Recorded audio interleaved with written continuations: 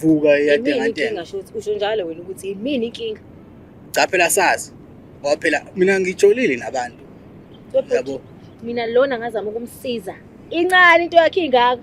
Ithoyizi nje base ngishilo ithoyizi uyabhamba. Ngamsiza ngamtholela ini amaphilisi ukuthi ivuke. Isiyavuka ke manje usezongihlambalaza. Sawathola amaphilisi angithi wona lamaphilisi angenza ukuthi ngibe nalenkinga. Iyavuka ayisaluntuzi kahle. Mina ngenze nyawo phela athi sancane kade ivuka. Inkinga yaba le. Angithi mama uyibona lethi yonke le nto wena la.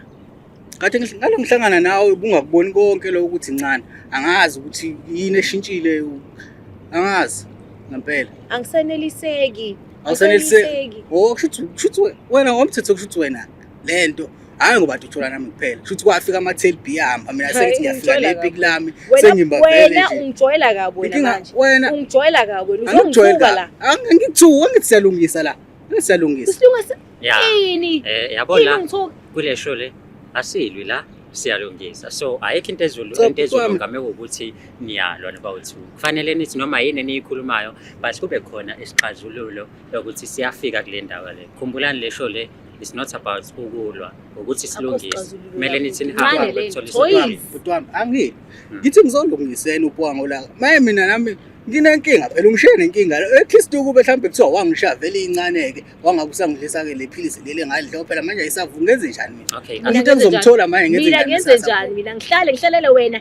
Okay, Asanda. Uma ukuthi wawungeke ukwazi ukubezela umalungisha. Bhuti nawe nje lento uyibona kahle. Isaqala ayikwenelisa. Khambela isikhathi wena awusaneli Usho kahle nje. Kushuthi kwafika ama-tail B afika hamba mina mengifika nepik lami encane mina ungijoyela kabi. Okay. Angikujoyeli kabi cha ngikhuluma iqiniso. Asilalelaneni. Mama wena eqaleni awusangikhalaza. Khamba isikhathi wena usuyakhalaza wena. Yini edala lokho? Mfethu asikhulume iqala i relationship mhlambe ikhawu nje